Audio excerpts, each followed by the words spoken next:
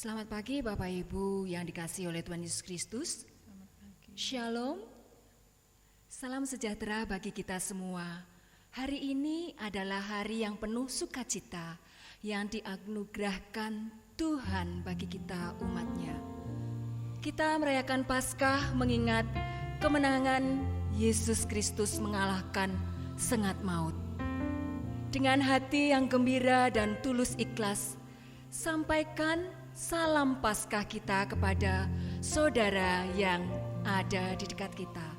Selamat Paskah, selamat Paskah, selamat Paskah, Tuhan Yesus berkati. Marilah ibadah Paskah Minggu 12 April 2020 dengan memuji Tuhan terlalu besar.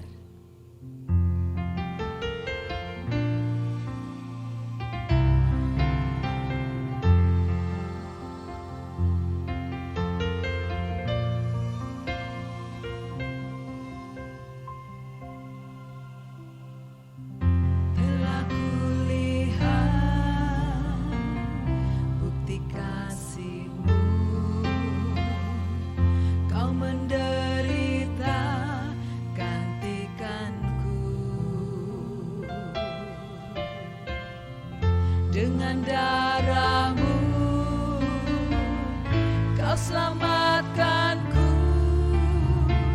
kini ku hidup menyenangkan-Mu. Telah kulihat bukti kasih-Mu, Kau menderita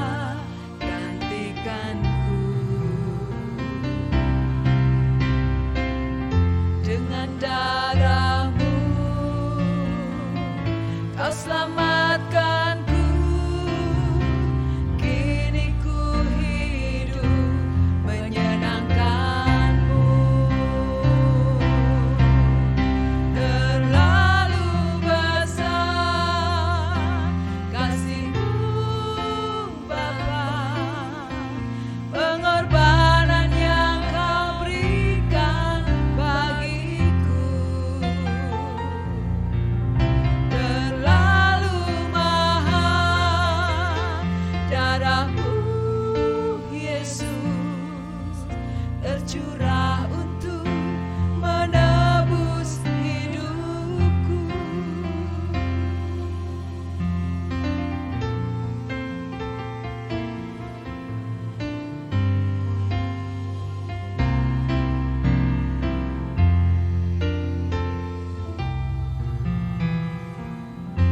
Telah kulihat bukti kasih-Mu, Kau menderita gantikanku. Dengan darah-Mu Kau selamatkanku, kini ku hidup menyenangkan-Mu.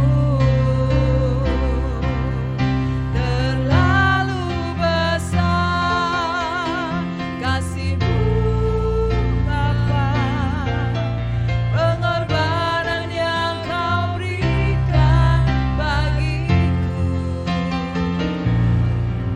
Terlalu mahal darah-Mu Yesus tercurah untuk menebus hidupku. Tercurah untuk menebus hidupku.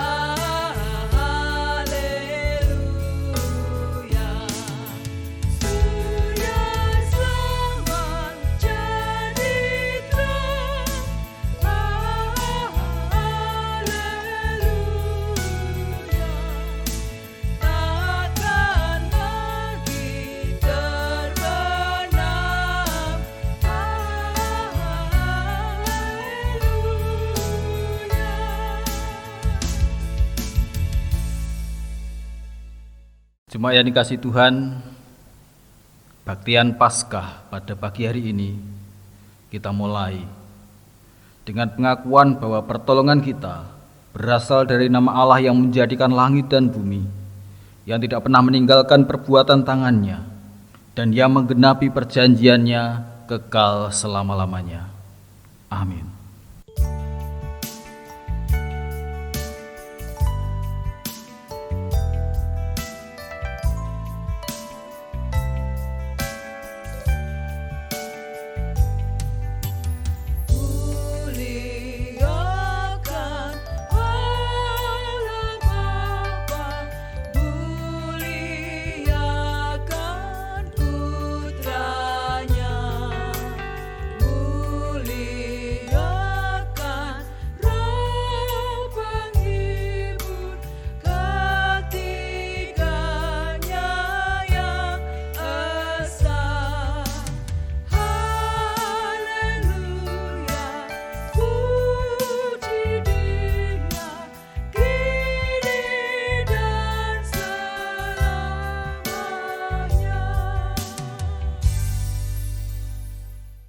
Turunlah kiranya atas saudara-saudara sekalian anugerah dan damai sejahtera dari Allah Bapa dan Tuhan kita Yesus Kristus serta persekutuan Roh-Nya yang kudus. Amin. Yesus bangkit, maut sudah dikalahkan.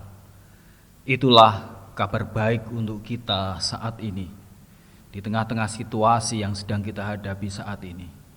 Oleh karena itu, Bapak Ibu yang dikasihi Tuhan, mari kita menyanyikan kidung pujian kita. Kidung Jemaat nomor 194, bait pertama sampai yang ketiga. Dikau yang bangkit maha mulia.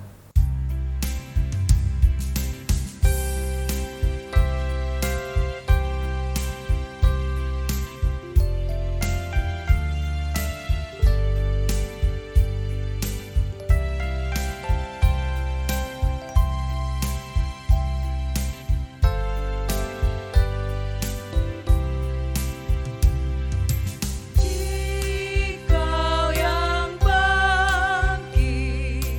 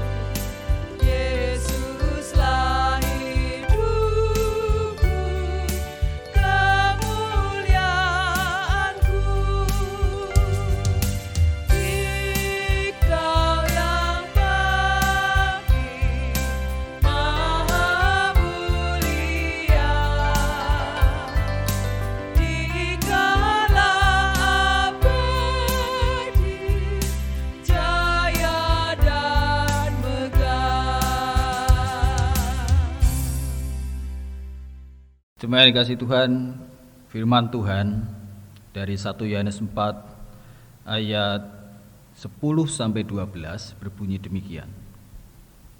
Inilah kasih itu, bukan kita yang telah mengasihi Allah, tetapi Allah yang telah mengasihi kita dan yang telah mengutus anaknya sebagai pendamaian bagi dosa-dosa kita.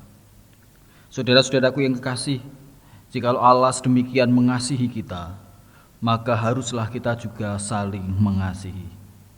Tidak ada seorang pun yang pernah melihat Allah.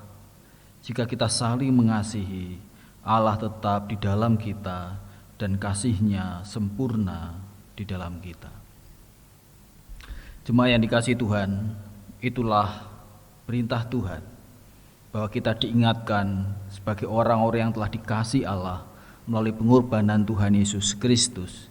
Kita juga dipanggil untuk saling mengasihi. Biarlah Paskah ini juga menjadi saat di mana kita menunjukkan cinta kasih Allah pada sesama kita, pada saudara-saudari kita. Kita akan menghayati bersama cinta kasih Allah yang mengampuni kita. Siapapun juga yang mau datang kepadanya mohon pengampunan dan belas kasihan-Nya. Mari kita bersama-sama berdoa kepada Tuhan, mohon belas kasihan Tuhan.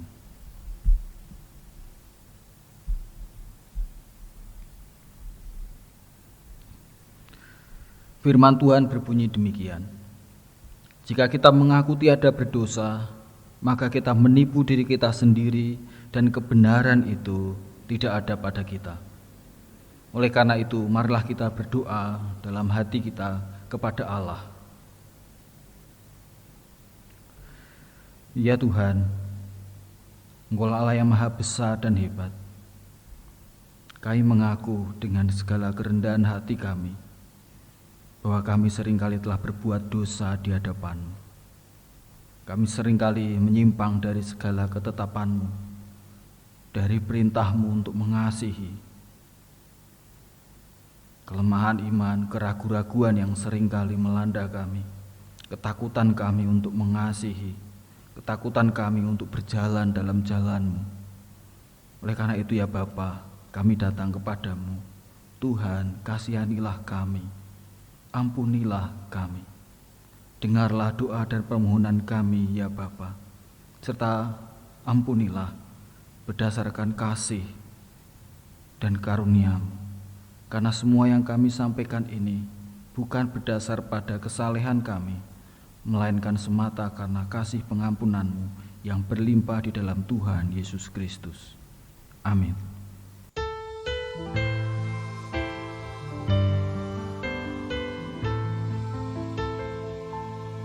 Di muka Tuhan Yesus, betapa hina diriku, ku bawa dosa-dosaku.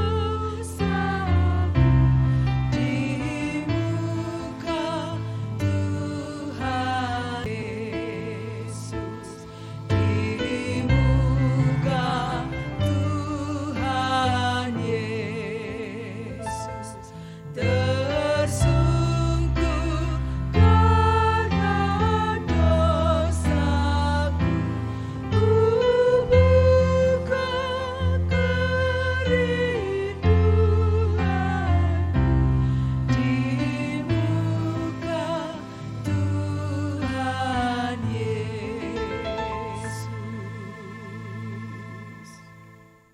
Jemaat yang dikasihi Tuhan, jika kita mengakui dosa kita dengan kesungguhan hati, maka Allah adalah setia dan adil, sehingga Ia akan mengampuni segala dosa dan kesalahan kita, serta menyucikan kita dari segala kejahatan kita. Sebab karena kasih karunia Allah, kita diselamatkan oleh sebab iman. Itu bukan hasil usaha kita, tetapi pemberian Allah. Syukur kepada Allah untuk kasih karunia-Nya yang tiada terkira itu. Amin.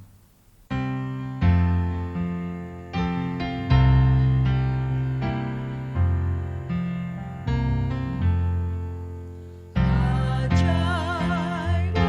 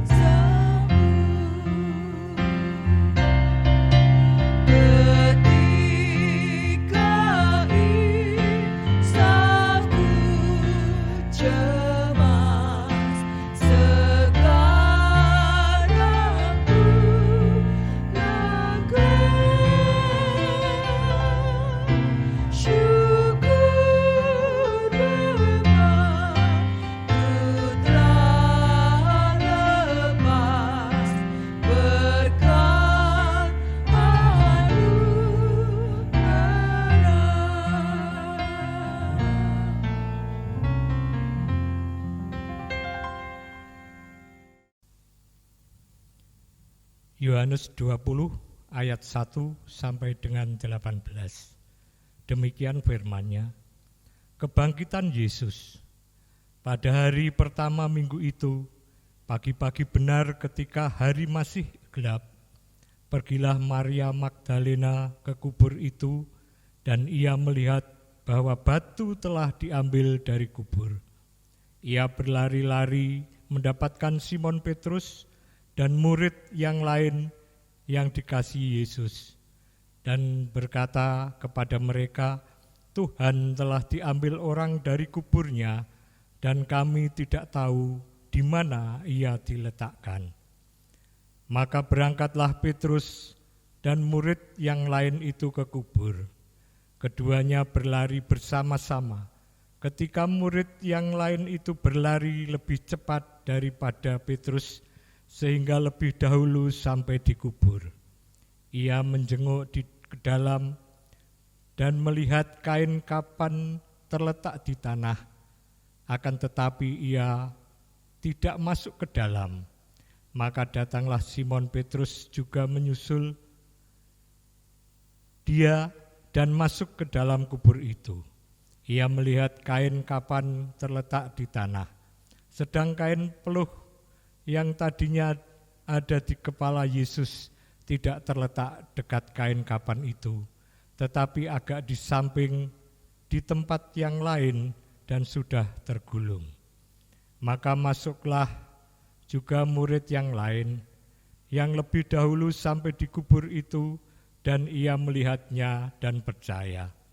Sebab selama itu mereka belum mengerti isi kitab suci yang mengatakan bahwa ia harus bangkit dari antara orang mati. Lalu pulanglah kedua murid itu ke rumah. Yesus menampakkan diri kepada Maria Magdalena. Tetapi Maria berdiri dekat kubur itu dan menangis. Sambil menangis ia menjenguk ke dalam kubur itu dan tampaklah olehnya dua orang malaikat berpakaian putih, yang seorang duduk di sebelah kepala dan yang lain di sebelah kaki di tempat mayat Yesus terbaring. Kata malaikat-malaikat itu kepadanya, Ibu, mengapa engkau menangis? Jawab Maria kepada mereka, Tuhanku telah diambil orang dan aku tidak tahu di mana ia diletakkan. Sesudah berkata demikian, ia menoleh ke belakang dan melihat Yesus berdiri di situ, tetapi ia tidak tahu bahwa ia adalah Yesus. Kata Yesus kepadanya, Ibu, mengapa engkau menangis? Siapakah yang engkau cari? Maria menyangka orang itu adalah penunggu taman, lalu berkata kepadanya, Tuan, jikalau Tuan yang mengambil dia, katakanlah kepadaku di mana Tuhan meletakkan dia, supaya aku dapat mengambilnya. Kata Yesus kepadanya, Maria. Maria berpaling dan berkata kepadanya dalam bahasa Ibrani, Rabboni, artinya guru.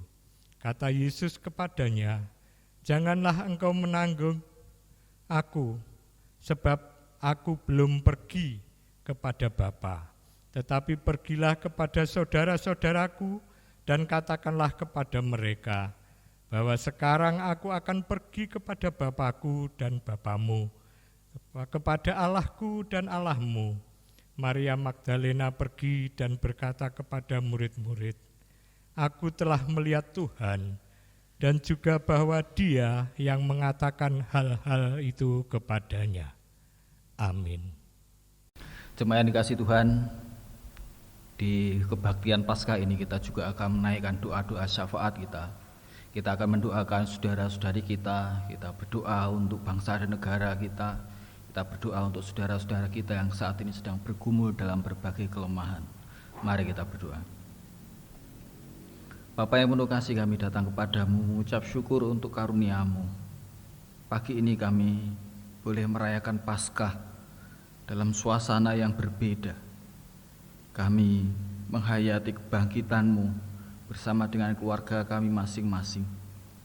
Kiranya Engkau hadir menjumpai kami, sehingga kebangkitan-Mu juga membangkitkan kami, menguatkan kami, memberikan pengharapan kepada kami. Dan ada semangat baru, ada kekuatan baru yang boleh kami terima. Bapa yang penuh kasih, kami berdoa untuk saudara-saudari kami yang saat ini masih bergumul dalam berbagai kelemahan tubuhnya karena sakit penyakit. Biarlah Tuhan yang memberikan pertolongan, Tuhan yang campur tangan dan memberikan pemulihan di dalam nama Tuhan Yesus Kristus. Engkau juga yang hadir dan menjumpai saudara-saudari kami yang sedang lemah hatinya, yang sedang bergumul dalam berbagai persoalan hidupnya, yang berduka Tuhan yang berikan penghiburan, yang berputus asa Tuhan yang memberikan kekuatan dan pengharapan, yang sedang menghadapi masa-masa yang sulit dalam hidupnya, Tuhan yang berikan hikmat dalam mengambil setiap keputusan. Kiranya Engkau bersama dengan kami dan kebangkitan-Mu membangkitkan kami semua. Tuhan yang campur tangan, berkati setiap jemaat-Mu mulai dari anak-anak, para pemuda, para keluarga muda, sampai para lansia Tuhan yang senantiasa menyertai dan menguasai kami. Kami berdoa untuk program-program gereja-Mu, kami berdoa untuk setiap pelayanan yang kami kerjakan dalam situasi yang berbeda ini ya Bapa. Mampukan kami untuk tetap sehati sepikir, saling bersatu dalam kasih, dalam pengharapan, dalam iman, dan mampukan kami untuk menjadi berkat melalui apa yang dapat kami kerjakan. Tuhan yang memberkati kami semua. Kami juga berdoa untuk situasi di sekitar kami, untuk bangsa dan negara kami, untuk saudara-saudara kami yang saat ini sedang bergumul dalam berbagai kelemahan tubuh, yang saat ini sedang menghadapi wabah COVID-19. Tuhan yang campur tangan ya Bapa. Engkau yang memberikan pertolongan, kekuatan, Engkau yang melindungi kami semua, dan Engkau yang senantiasa hadir bersama dengan para dokter, para perawat, maupun orang-orang yang Engkau panggil untuk memberikan pertolongan kepada setiap pasien, setiap orang yang sedang menghadapi sakit karena virus ini.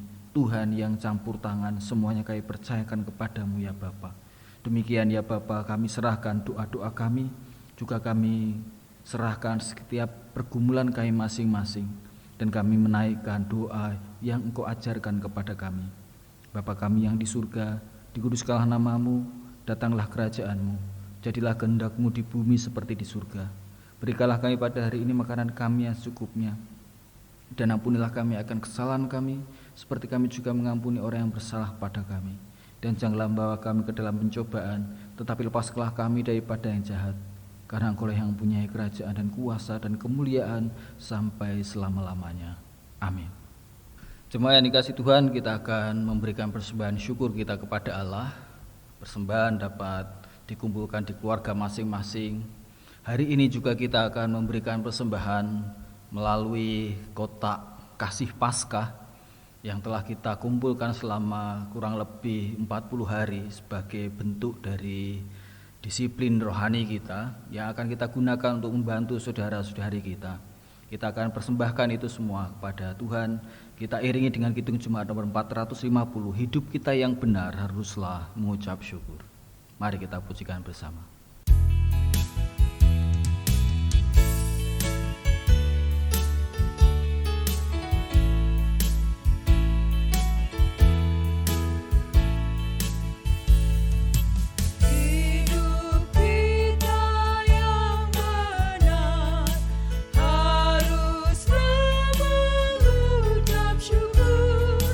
Dalam Kristus tergambar.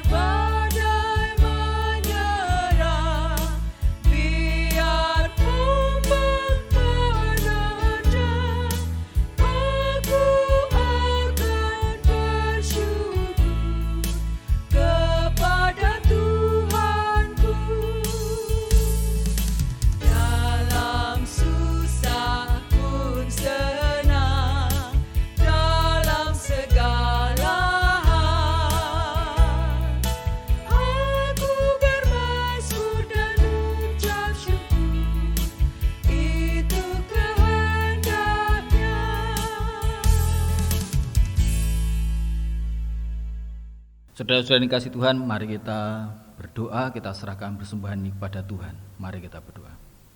Bapa yang penuh kasih, kami bersyukur karena pada hari ini kami boleh memberikan persembahan kepadamu. Tuhan yang kuduskan, persembahan ini boleh menjadi berkat untuk kemuliaan nama Tuhan, untuk membantu saudara-saudari kami yang sedang berkekurangan, yang sedang membutuhkan. Dan mampukan kami ya Bapa untuk mempersembahkan hidup kami. Melalui hidup kami memuliakan nama Tuhan. Dalam setiap laku hidup kami menjadi berkat. Dan kami percayakan hidup kami kepadamu sepenuhnya ya Bapa. Terima kasih ya Tuhan, kami percayakan persembahan ini kepadamu. Di dalam nama Tuhan Yesus Kristus. Amin.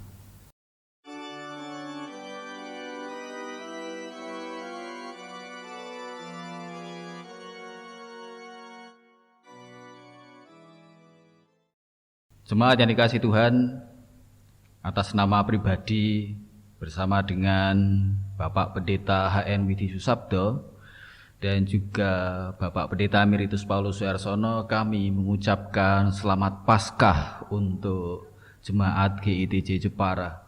Kiranya kebangkitan Kristus juga membangkitkan kembali semangat kita dalam menghadapi perjalanan hidup kita. Berdasarkan Alkitab yang tadi kita baca dari Yohanes pasal 20 ayat 1-18, tema kita pada hari ini diambil dari salah satu kalimat yang disampaikan oleh Maria Magdalena, yaitu aku telah melihat Tuhan. Ini adalah sebuah pewartaan, sebuah khotbah gitu ya. Khotbah yang mungkin pendek tetapi sangat bermakna. Aku telah melihat Tuhan yang disampaikan oleh Maria Magdalena. Kenapa? Karena ini adalah sebuah pengalaman. Maria dijumpai, Maria disapa oleh Tuhan Yesus yang bangkit, dan ia kemudian menyatakan itu kepada para murid yang lain, aku telah melihat Tuhan. Pengalaman itu penting karena pengalaman itu melibatkan rasa, dan kadang-kala itu sulit untuk dijelaskan. Kita tidak cukup hanya mengetahui, kadang-kala kita bisa sungguh-sungguh memahami dengan merasakan. Contohnya gini, saya masih agak kesulitan sampai sekarang menjelaskan horok-horok pada orang di luar Jepara. Ayo pasti nggak tahu ya horok-horok, pecel horok-horok. Horok-horok itu apa? Ya makanan.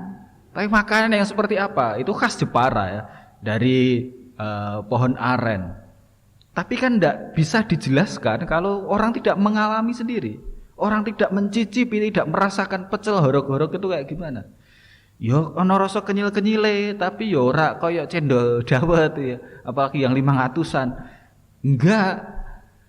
Ya horok-horok ya horok-horok. Orang bisa mencicipi lalu kemudian mengalami, oh rasane kok ngene to. Lek dikei pecel dadi ngene, lek kei bakso beda lagi. Jadi pengalaman itu dibutuhkan. Ya. Demikian juga Bapak Ibu yang dikasihi Tuhan, iman juga membutuhkan pengalaman. Iman itu bukan hanya soal pengetahuan, pengertian kita. Tuhan itu tidak hanya kita ngerti melalui pengajaran, melalui dogma. Tapi Tuhan itu juga perlu dialami sebagai pribadi yang dijumpai, yang dihubungi dengan cinta. Ada rasa di situ, bukan hanya soal pengetahuan.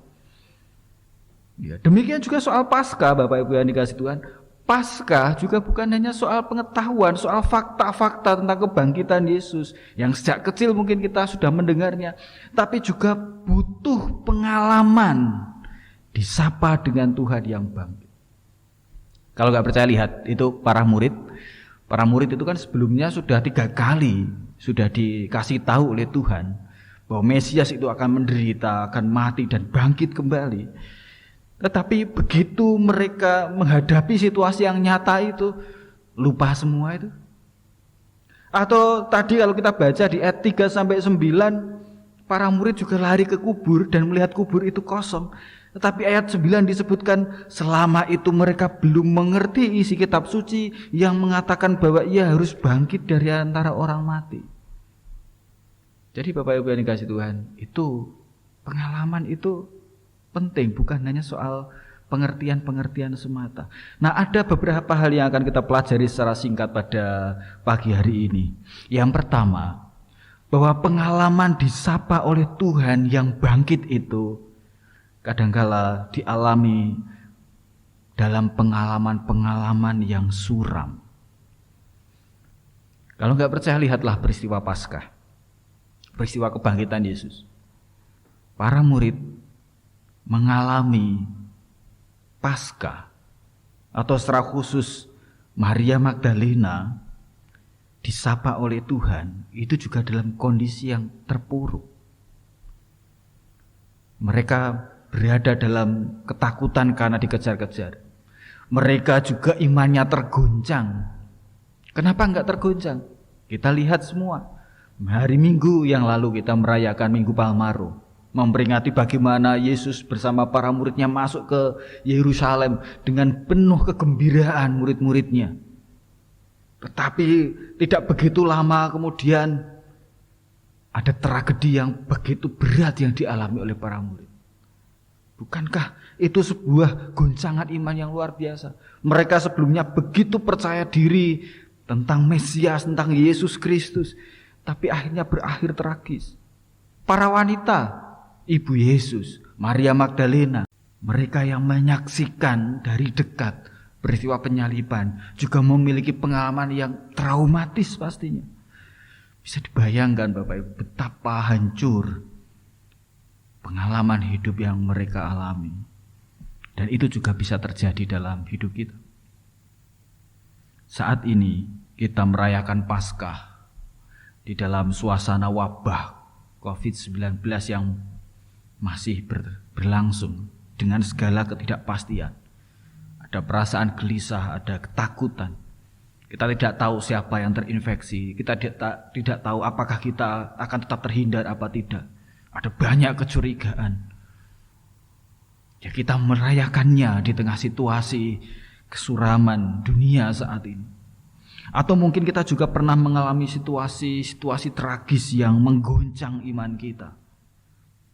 Ketika kita yakin ada Tuhan yang selalu melindungi, ketika kita percaya bahwa Tuhan akan memberi keberhasilan, ketika kita percaya bahwa doa-doa kita akan dijawab, bahwa Tuhan akan memberikan kesembuhan, bahwa Tuhan yang akan menyediakan yang kita butuhkan. Tapi ternyata kita menghadapi dan mengalami hal yang berbeda. Kita pernah mungkin merasa ditinggalkan oleh Tuhan. Ketika kita mengharapkan Tuhan akan menjawab ya atas doa-doa kita, tetapi ternyata jawabannya adalah tidak, dan kita menjadi kecewa karena kita gagal. Kita kecewa karena apa yang kita harapkan tidak menjadi kenyataan. Atau kita mungkin putus asa dengan situasi kita, dengan keluarga kita, dengan pasangan kita, atau dengan gereja kita, dengan saudara-saudari kita. Ketika kita mengalami pengalaman-pengalaman semacam itu, semua nasihat, khotbah, motivasi, kata-kata yang indah mungkin tidak lagi bermakna. Semua pengetahuan kita, teori kita yang selama ini kita pelajari mungkin terasa hambar. Dan yang paling kita butuhkan di situ apa? Perjumpaan Paskah. Kita butuh sapaan Tuhan. Mengapa? Ini poin yang kedua. Yang kedua yang bisa kita pelajari, sapaan Tuhan itu mengubahkan. Sapaan Tuhan yang bangkit itu membuat Maria berubah, membuat para murid berubah, dan pastinya juga membuat hidup kita berubah. Sangat menarik kalau kita perhatikan yang dialami oleh Maria Magdalena ya. Ayat 13, sebenarnya Maria sudah disapa oleh dua malaikat. Ibu, mengapa engkau menangis? Ayat 15, Tuhan Yesus yang bangkit juga sudah menyapa. Ibu, mengapa engkau menangis? Siapakah yang engkau cari? Tetapi Maria tidak mengenali itu. Maria masih menangis, Maria masih berduka, masih tergoncang. Kenapa? Bisa saja Bapak Ibu, pengalaman-pengalaman kalut, kepedihan itu menutupi mata kita. Istilahnya kalau saat ini mungkin ketika kita berada dalam situasi yang kalut, duka cita yang begitu dalam, wis gak iso mikir. kandhani apa-apa gak mlebu meneh gitu kan. Dan Maria mungkin berpikir bahwa Yesus gak mungkin bangkit. Hilang. Yesus yang bangkit itu di luar pikirannya, makanya dia tidak bisa mengenali. Tetapi ada satu sapaan yang mengubah. Ada di ayat 16. Yesus berkata kepadanya, Maria. Dan saat itu Maria langsung mengetahui bahwa itu adalah Yesus. Ya. Saat itu seakan-akan yang semula berada dalam gelap yang begitu pekat kemudian biar gitu ya, ambiar. Yang ambiar apa nih? Kegelapan yang melingkupinya. Jadi sapaan dari Yesus itu ya kemudian membuat Maria berubah, yang membuat Maria bisa memandang ada Yesus. Dan ini yang penting untuk kita semua. Sapaan Tuhan itu menjadi sebuah terang yang menerobos kegelapan. Nah, ada hal yang menarik kalau kita perhatikan ya, bahwa yang pertama bahwa Paskah itu terjadi pada hari pertama minggu itu. Gitu kan? Di dalam Injil Yohanes pasal 20 ayat yang pertama, pada hari pertama minggu itu. Kalau kita perhatikan Injil Yohanes Bapak Ibu, di pasal yang pertama sebagai awal Injil Yohanes sedikit menyinggung soal penciptaan. Dan kemudian disampaikan Yesus itu terang, gitu kan. Dan menarik sekali. Penciptaan hari pertama itu penciptaan terang. Jadilah terang, dan terang itu jadi. Jadi yang semula bumi kosong, ya, kacau balau, tohu wabohu, dan kegelapan meliputi bumi, kemudian jadilah terang. Ada terang di tengah-tengah kegelapan itu yang mengusir kegelapan. Dan yang menarik, pada hari pertama minggu itu ada kebangkitan. Ada sang terang yang bangkit mengusir kegelapan. Demikian juga kalau kita perhatikan, yang kedua yang kalau kita perhatikan di situ adalah pagi-pagi benar ketika hari masih gelap. Artinya apa? Pengalaman kebangkitan itu muncul pada waktu fajar. Fajar itu jantungnya malam, Bapak Ibu. Maksudnya apa? Ketika malam berada dalam posisi yang paling gelap, kemudian merekah terang, itu fajar. Ya, menjadi jantung dari malam. Fajar akan merekah ketika kita sudah melewati malam yang paling pekat. Ada sinar yang terang di situ. Ini menjadi simbol pengharapan kita. Oleh karena itu, Paskah di hari pertama minggu itu, di fajar itu, menjadi gambaran akan merekahnya cahaya di balik kegelapan yang meliputi. Demikian juga untuk kita. Yesus yang bangkit menjadi cahaya yang merekah dalam hidup kita yang kelam. Oleh sebab itu, apabila kita berada dalam masa-masa yang suram, justru di situ Paskah, berita kebangkitan Yesus itu menjadi semakin berarti. Kenapa?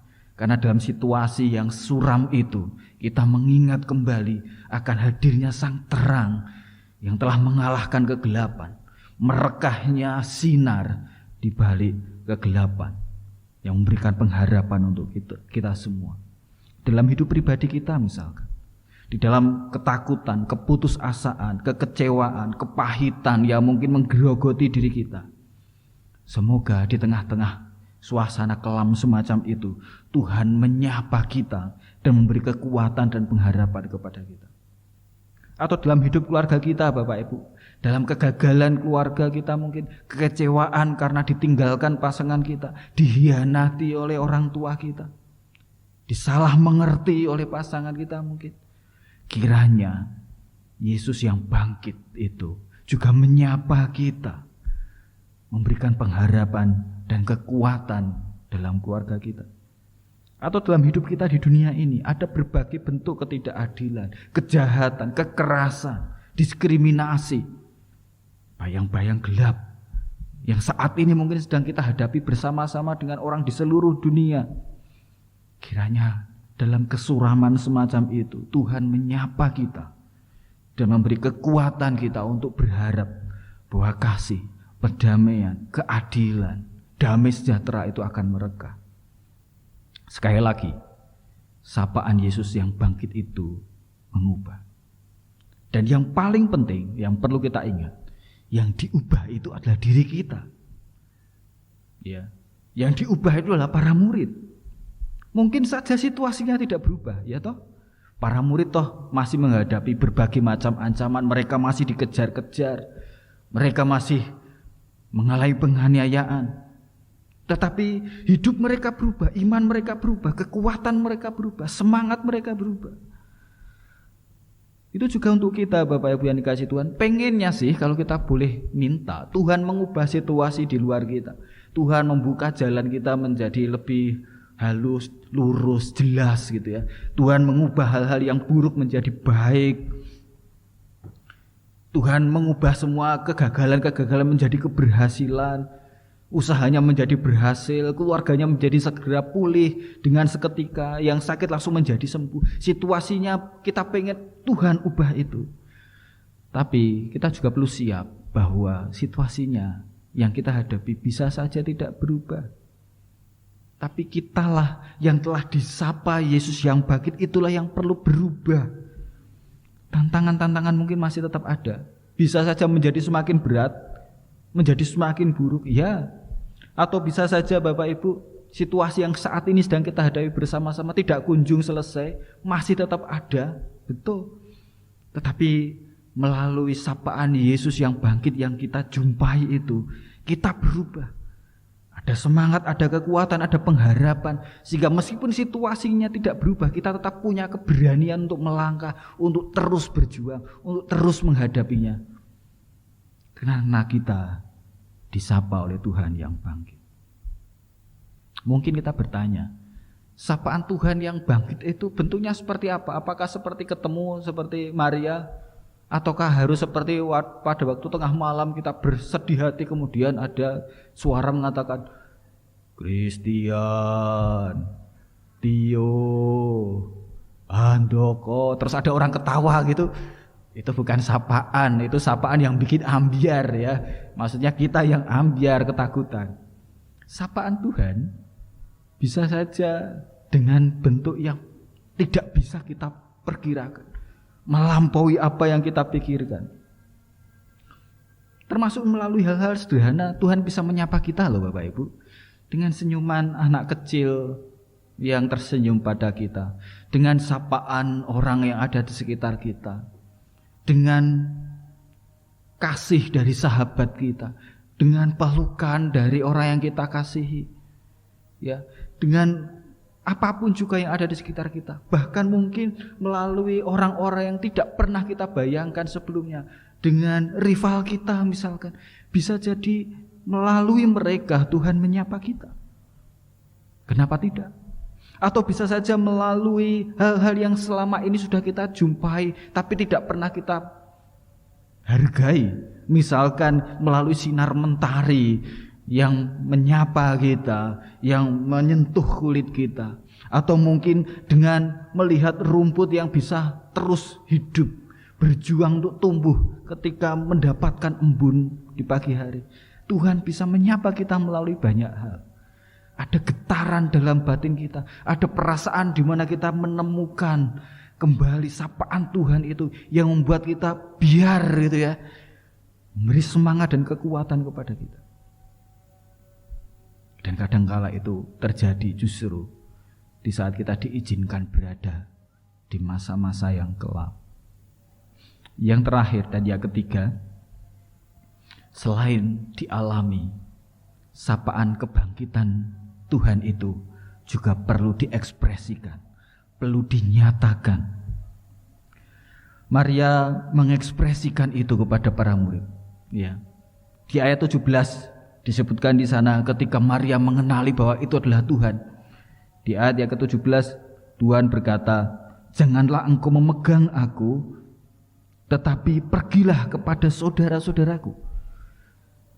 Ya, mungkin waktu itu Maria karena begitu senangnya ingin selalu bersama dengan Tuhan, ingin memegangnya, ingin memeluknya. Tetapi Tuhan justru memerintahnya untuk apa? Pergilah kepada saudara-saudaraku, sampaikanlah itu. Menyampaikan apa? Menyampaikan pengalaman disapa oleh Tuhan, menyampaikan pengharapan yang kita rasakan kepada orang-orang di sekitar kita. Disitulah kita sesungguhnya memberitakan kebangkitan Yesus, memberitakan pengharapan. Disitulah sesungguhnya kita sedang berkhotbah seperti Maria. Aku telah melihat Tuhan melalui pengalaman kita, melalui semangat yang muncul, melalui pengharapan yang kita rasakan. Melalui apa kita bisa mengekspresikan? Banyak hal. Melalui cinta, melalui kasih, melalui senyuman, melalui sapaan, melalui perhatian. Bila itu menjadi tanda kehadiran Tuhan yang kita tawarkan. Atau saat ini dalam situasi wabah, banyak orang yang takut, banyak orang yang kesulitan mendapatkan makanan misalkan. Melalui pertolongan kita, melalui bantuan kita, melalui uluran tangan kita, melalui kata-kata semangat kita, melalui empati kita. Itu bisa menjadi sapaan Tuhan untuk saudara-saudara kita. Jadi Bapak Ibu yang dikasihi Tuhan, sebagai penutup, biarlah sapaan Tuhan itu menyapa kita di tengah kesuraman hidup kita, yang mengubah, membangkitkan, mencerahkan, yang membuat kita berani menghadapi hidup dan membagikannya kepada saudara-saudara kita. Amin. Mari kita berdoa. Kami bersyukur ya Tuhan, karena Engkau bangkit. Ada harapan, ada terang di tengah-tengah kegelapan, di tengah-tengah situasi muram yang sedang saat ini kami hadapi. Kiranya terang dari-Mu menyapa kami, membangkitkan kami, menghidupkan kami, dan kami boleh mengekspresikannya, mewartakannya kepada saudara-saudari kami, sehingga berita pengharapan boleh dijumpai saudara-saudari kami. Di dalam nama Tuhan Yesus Kristus yang bangkit kami berdoa. Amin. Jemaat yang dikasihi Tuhan, kita akan mengakui iman kita bersama-sama. Pengakuan iman rasuli 1. Aku percaya kepada Allah Bapa yang Maha Kuasa, Khalik langit dan bumi. 2. Dan kepada Yesus Kristus anaknya yang tunggal Tuhan kita. 3. Yang dikandung daripada Roh Kudus, lahir dari anak darah Maria. 4. Yang menderita di bawah pemerintahan Pontius Pilatus, disalibkan, mati dan dikuburkan, turun ke dalam kerajaan maut. 5. Pada hari yang ketiga bangkit pula dari antara orang mati. 6. Naik ke surga, duduk di sebelah kanan Allah Bapa yang Maha Kuasa. 7. Dan akan datang dari sana untuk menghakimi orang yang hidup dan mati. 8. Aku percaya kepada Roh Kudus. 9. Gereja yang kudus dan am, persekutuan orang kudus. 10. Pengampunan dosa. 11. Kebangkitan daging. 12. Dan hidup yang kekal. Amin. Jemaat yang dikasihi Tuhan, kita akan mengakhiri ibadah Paskah pada hari ini. Kita akan menyanyikan kidung pujian dari kidung Jemaat nomor 202, Maut Sudah Menyerah. Kita pujikan bait pertama sampai yang keempat.